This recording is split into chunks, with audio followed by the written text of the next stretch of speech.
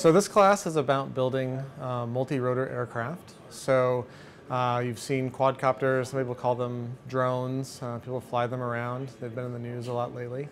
And they're a really interesting kind of electronics project.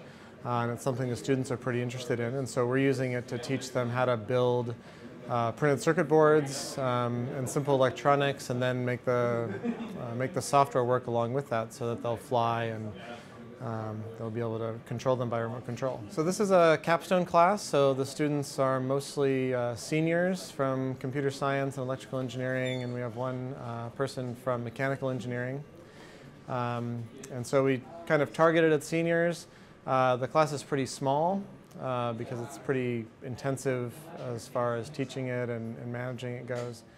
I was mostly hoping to learn about, first of all, hardware design, because I had never done any of this before. So all the PCB design, all that sort of thing was new to me.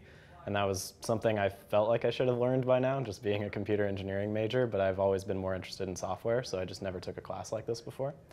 So PCB design was a big one, and then also because I've been interested in quadcopters for a while now, I wanted to learn how the software actually worked. I was really hoping to, have a fun project I could work on. Kind of being a class, it would kind of force me to work on some things, kind of dig into it, have more resources available than just something I was doing on my own.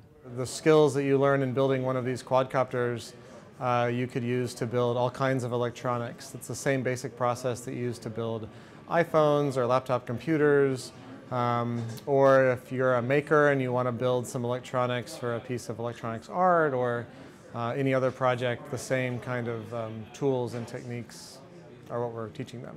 Everybody, all of our groups, we designed the layout of our circuit boards from scratch. So we kind of had some parts, we kind of had a circuit we started from, but everybody kind of customized their circuit, and then we all designed the final board that we made.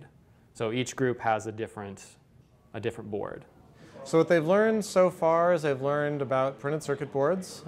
We've talked a little bit about how they've manufactured, and then they've spent a lot of time learning how to design the printed circuit boards. So that means building a schematic, which sort of defines the electrical connections between the components on the board.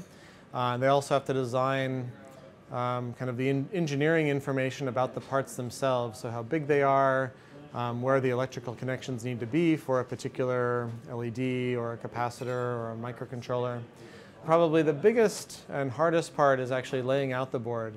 And that's where they define the shape of the board, and they have to take into account a bunch of different physical constraints. The motors have to fit right, has to be the right shape. There's a limit on how large a board we can manufacture.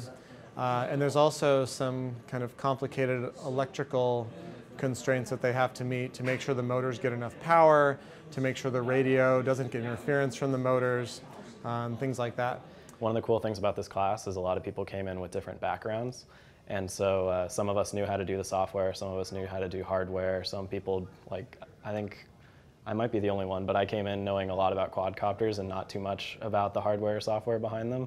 So I think if you have any interest and you feel like you're lacking in one of those areas, it's a really good class to both learn something and do something fun, a fun project. So building something and seeing how those parts work together, I think, is really valuable. Employers really like hands-on projects.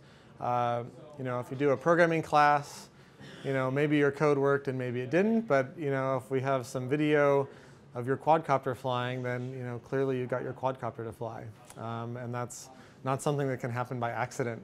The proof is in the flying quadcopter. During the course of the quarter, I figured out a goal and I built the product, got the product working, debugged everything, and then at the end of the quarter I had something to show off. That's not something you really do in a lot of your classes. So I think it's really important to kind of round out your education where you actually build something. Fully follow a product through from start to finish. Set a goal. If your goal is to get a flying quadcopter, go all the way through, do all the steps until you have a working product that you can show off.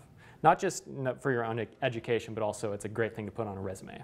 There's a lot of interest among the students and also among their potential employers in building things. There's the Internet of Things, where everything is going to be connected. And really, an Internet of Things device is, in a lot of ways, very similar to this. It'll have a little microcontroller which provides a little bit of compute. It'll have some radios and some sensors. And so they're prepared to go out and build that kind of stuff. And they know what goes into it, and so if someone asks them someday to go build a little gadget, hopefully they won't think that that's overwhelming. They'll say, oh, I know how to do that. I hope that some of them will want to go out and actually build real stuff.